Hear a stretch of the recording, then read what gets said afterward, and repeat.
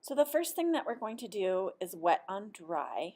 So you're going to have dry paper, you're going to have a wet brush, and you're going to get some watercolor, and you're going to paint the paper. The next technique we're going to do is wet on wet. So you paint the paper with water first, then you get a wet paintbrush and you get some paint, and then you're going to paint on top of the water.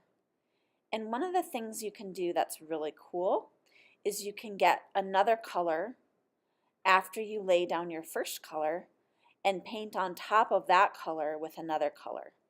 And something that I like to do is just dab it, not completely paint over it, and then I like to watch the colors blend together.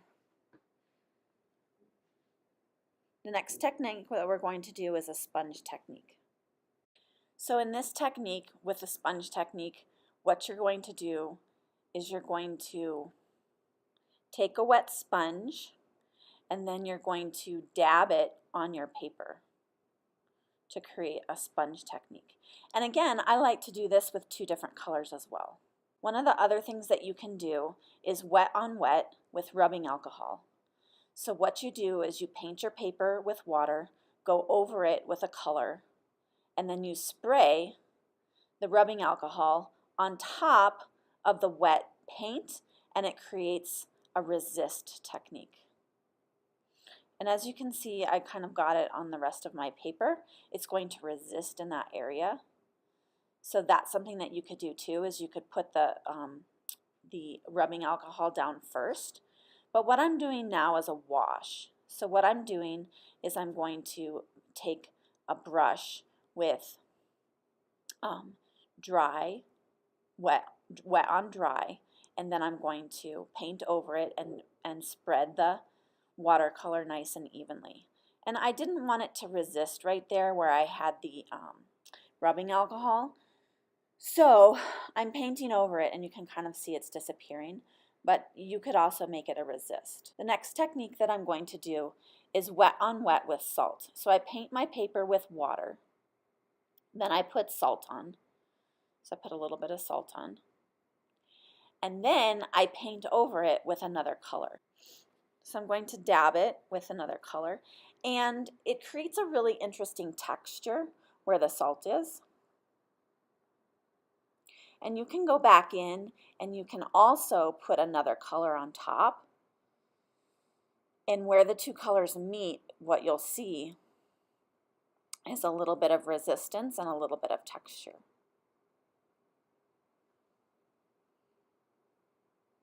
You can also add more salt on top of what you've painted, and you can see that it creates little dipples and dapples of resist and texture. Once it dries, you can brush away the salt. For wax resist, what you do is you first color the paper with crayon, white crayon. You could also use other colors if you want, but we have white crayon.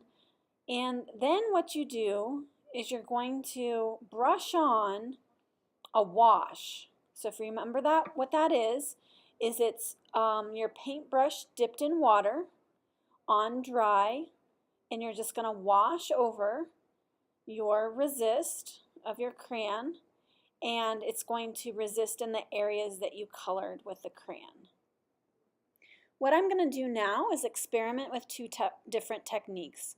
So what I did is the crayon wax resist, and then I brushed on a wash, and there it goes. And what I'm going to do after that is I'm going to use wet on wet now with a different color. So I'm experimenting with two different techniques. What I'm going to do now is experiment with two other different techniques. So I'm brushing on a wash. So I'm using the paintbrush dipped in water directly on a dry page, and I'm using a significant amount of water. And then what I'm going to do is I'm going to spray some rubbing alcohol. And then what I'm going to do next is I'm going to use salt on top of that. And then what I want to do after that is use my sponge technique.